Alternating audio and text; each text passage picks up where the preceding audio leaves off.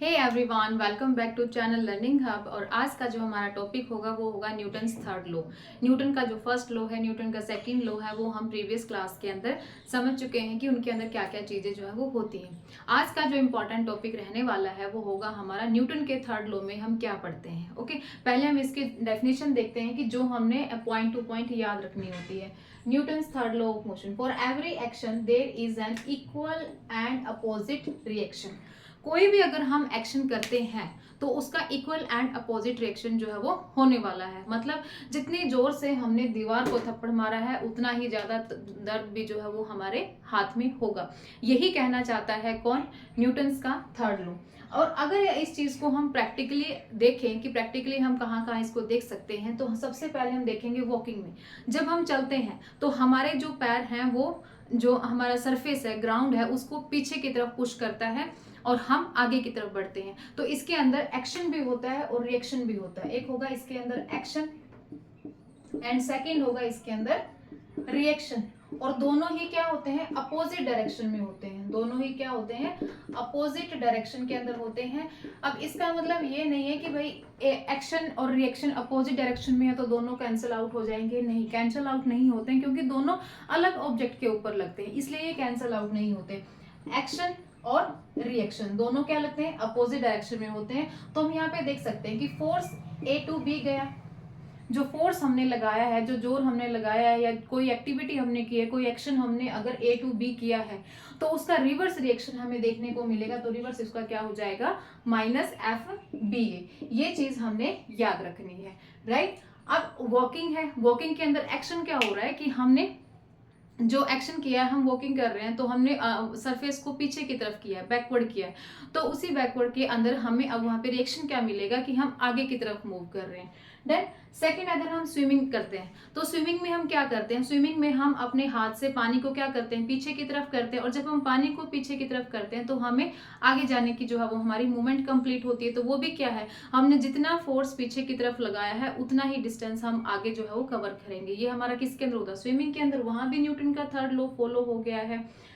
Next आता है हमारा रॉकेट लॉन्च। रॉकेट लॉन्च क्या होता है? जब रॉकेट लॉन्च होता है तो उसके नीचे से बहुत ज्यादा प्रेशर में जो गैस रिलीज होती है, तो जितना ज्यादा प्रेशर नीचे रिलीज होगा उतनी ही प्रेशर से जो है हमारा रॉकेट जो है वो ऊपर की तरफ जाता है। तो वहां पे भी कौन सा लॉ फॉलो हो गया? न्यूटन्स का थर्ड लॉ।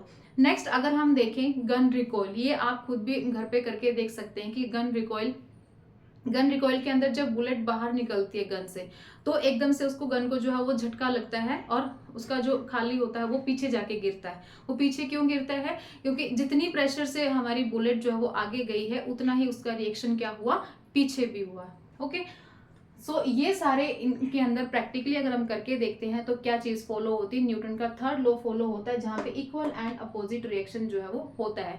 किसी ऑब्जेक्ट के ऊपर हमने जितना जोर लगाया है, जितना फोर्स हमने लगाया है, या उसके ऊपर जो भी हमने एक्टिविटी की एक्शन किया है, वो उसी चीज को रिएक्शन करेगा। मतलब जितना मैग्नीट्यूड में हमारा एक्शन था उतने ही मैग्नीट्यूड में हमारा क्या होने वाला है? रिएक्शन होने वाला है। ये चीज हमने याद रखनी है। अगर मैं प्रैक्टिकली आपको करके दिखाती हूँ तो एक बैलून का एग्जांपल हम यहाँ पे देखते हैं। ये मेरे पास क्या है? बैलून है। ओके, तो इस बैलून के अंदर क्या है? जब हम इसको इन्फ्लेट करते हैं, मतलब जब हमने इसके अंदर हवा भरी है, अब इसके अंदर क्या है? हवा है बैलून के अंदर। बैलून के अंदर अब हवा है, तो जब ये हवा बाहर निकलेगी, अब जब ये हवा इसके अंदर से बाहर निकलेगी तो बैलून कौन सी डायरेक्शन के अंदर जाएगा? बैलून जो है वो कौन सी डायरेक्शन के अंदर जाएगा? और वही हमारा क्या होगा? रिएक्शन होगा। एक सेकंड में यहाँ पे इसको ओपन करती हूँ, उसके बाद हम इसको देखते हैं कि ये कौन सी डायरेक्शन के अंदर जाता है।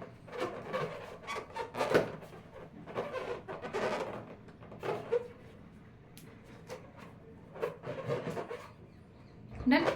ये क्या है? बैलून है। अब इसमें से जब यहाँ से एयर रिलीज होगी, अब इसमें से जब यहाँ से एयर रिलीज होगी तो एयर कौन सी डायरेक्शन के अंदर जा रही है? आगे की तरफ जाएगी। और वो एयर जो आगे की तरफ जा रही है वो उतना ही रिएक्शन करेगी, उस बैलून को क्या करेगी? पीछे की तरफ क्या करेगी? पुश करेगी। एयर आगे जा रही है, बैलून किस डायरेक्शन के अंदर जाएगा? एयर हमारे लेफ्ट साइड गई है, तो बैलून कौन सी डायरेक्शन के अंदर जाएगा? राइट के अंदर। अगर मैं इस डायरेक्शन के अंदर बैलून करती हूँ तो बैलून, अगर यहाँ पे एयर नीचे की तरफ जा रही है तो बैलून कौन सी डायरेक्शन के अंदर जाएगा? अपवर्ड जाएगा। डन। अब इसकी थोड़ी सी ओवल शेप है, तो मतलब अगर हम इसको धागे के साथ कनेक्ट करते तो धागे के साथ एक रेक्टिलिनियर मोशन हो जाता, तो ये बिल्कुल ऐसे सीधा जाता। बट यहाँ पे अब ये क्या होगा, ये थोड़ी सी दूर जाके नीचे जो है वो फॉल डाउन हो जाएगा, मतलब नीचे गिर जाएगा। इसको हम करके देखते हैं, दिख रहा है ना आप सबको? देखो ये क्या था हमारा, इक्वल एंड अपोजिट रिएक्शन। ये बैलून की शेप की वजह से एकदम से बैलून कहाँ जाता है, पीछे की तरफ झटका खाता है। तो वो क्या हो रहा है, न्यूटन का थर्ड लॉ वहां पे फॉलो हो रहा है कि जितना प्रेशर एयर का उसमें था, उस प्रेशर में जितने एयर प्रेशर से बाहर आई है उतने ही प्रेशर से बैलून भी हमारा क्या होगा, पीछे की तरफ जाएगा। और यही कहता है हमारा न्यूटन का थर्ड लॉ। अब हम यहाँ पे कुछ क्वेश्चंस देखते हैं कि क्या क्या इंपॉर्टेंट क्वेश्चंस यहाँ पे हो सकते हैं जो हमारे एग्जाम्स के अंदर आते हैं। सो ये है कुछ इंपॉर्टेंट क्वेश्चंस जो हमारे एग्जाम्स के हर बार जो है वो पूछे जाते हैं। Why do both players get hurt when they collide while playing football. जब भी हम कोई गेम खेलते हैं, फुटबॉल लगा लो या हम कोई और गेम खेल रहे हैं जिसके अंदर दोनों टीम जो है वो आपस में रन कर रही है ना, तो वो आपस में जब वो कोलाइड होते हैं, मतलब जब दोनों प्लेयर्स की आपस में टक्कर होती है, तो दोनों को चोट क्यों लगती है? क्यों लगती है? Due to the Newton's third law of motion, कि जितने मैग्नीट्यूड से फर्स्ट प्लेयर, जितना जो फोर्स फर्स्ट प्लेयर ने लगाया है उतना ही सेम रिएक्शन कहाँ से होगा, सेकंड प्लेयर की तरफ से भी होगा। तो ये क्या हो रहा है, इक्वल एंड अपोजिट रिएक्शन जो है यहाँ पे टेक प्लेस कर रहा है, equal and opposite action reaction जो है यहाँ पे टेक प्लेस कर रहा है। इसलिए यहाँ पे दोनों प्लेयर्स को जो है वो चोट लगती है जब वो फुटबॉल में कोलाइड होते हैं, टक्कर लगती है दोनों को। Second, Y does a gun recoil when a bullet is fired. ये मैंने आपको अभी समझाया कि Y does a gun recoil when a bullet is fired. जब बुलेट फायर्ड होती है, ये है जब बुलेट यहाँ से निकलेगी तो पीछे से भी जो है वो इसको एकदम से ऐसे झटका लगता है, पीछे से जो है एकदम से पीछे होती है बुलेट, मतलब जो बुलेट जो है वो यहाँ से गई और गन भी जो है वो एकदम से पीछे की तरफ होती है, क्योंकि जितने प्रेशर से वो बाहर निकली है उतना ही सेम प्रेशर जो है वो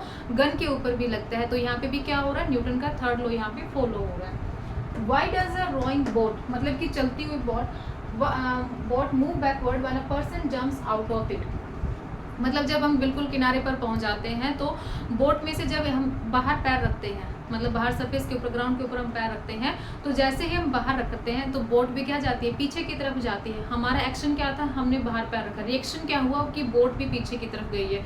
तो ये दोनों क्या हो रहे हैं, एक्शन एंड रिएक्शन हो रहा है, बट अपोजिट डायरेक्शन में हो रहा है और विद द सेम मैग्नीट्यूड। जितने जोश में हम कूदते हैं उतने ही जोश में जो है वो बोट भी जो है वो पीछे की तरफ धकेलती है, मतलब पीछे की तरफ जो है वो जाती है। तो क्या हो रहा है यहाँ पे, न्यूटन का थर्ड लॉ यहाँ पे फॉलो हो रहा है। तो ये सारे क्वेश्चंस जो है वो इस टाइप से हमारे थ्योरी के अंदर क्वेश्चंस जो है वो पूछे जाते हैं। अब सीटेट के अंदर किस टाइप से यहाँ पे क्वेश्चन आया हुआ है, एक दो क्वेश्चन हम वो भी यहाँ पे प्रैक्टिस करते हैं।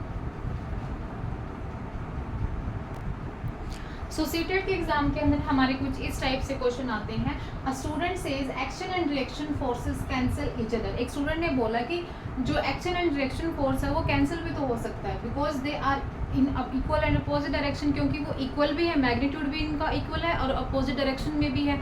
तो इसलिए हम दोनों फोर्सेस को क्या कर सकते हैं, कैंसिल आउट कर सकते हैं। What is the best response, तो यहाँ पे मैंने डायरेक्ट आंसर लिख के बताया है आपको। तो आपका बेस्ट रिस्पॉन्स क्या होगा, इनकरेक्ट होगी स्टेटमेंट, क्योंकि दोनों कैंसिल आउट नहीं होते हैं। क्यों कैंसिल आउट नहीं होते हैं, क्योंकि दोनों फोर्सेस अलग अलग ऑब्जेक्ट के ऊपर अप्लाई हो रहे हैं, दैट्स वाई हम उन फोर्सेस को कैंसिल आउट नहीं कर सकते हैं। Incorrect because they act on different bodies. Then next, a horse pulls a cart. एक हॉर्स जो है, घोड़ा जो है वो कार्ट को, जो बैलगाड़ी गाड़ी होती है जो वो उसको पुल कर रहा है, खींच रहा है। According to Newton's third law, Newton के थर्ड लॉ के according the cart pulls the horse. जो कार्ट है वो भी, मतलब जैसे ही हॉर्स कार्ट को खींच रहा है वैसे ही कार्ट भी तो हॉर्स को खींचेगी। द हॉर्स बैकवर्ड, तो वो उसको बैकवर्ड खींच रही है। With a force equal to the force with which, मतलब वो कितने फोर्स में जो है वो उसको पीछे की तरफ खींच रही है, वो उतना ही फोर्स लगाएगी जितना कि एक हॉर्स लगा रहा है कार्ट को आगे की तरफ खींचने में। ओके, तो ये क्या है, इक्वल एंड अपोजिट फोर्सेस लगते हैं इसके अंदर, मैग्नीट्यूड इनका सेम होता है, डिफरेंट बॉडीज पे लगते हैं, इसलिए ये कैंसिल आउट नहीं होते हैं। सो ये था हमारा न्यूटन का थर्ड लॉ जो हमने आज की क्लास के अंदर क्लियर किया है। Thank you.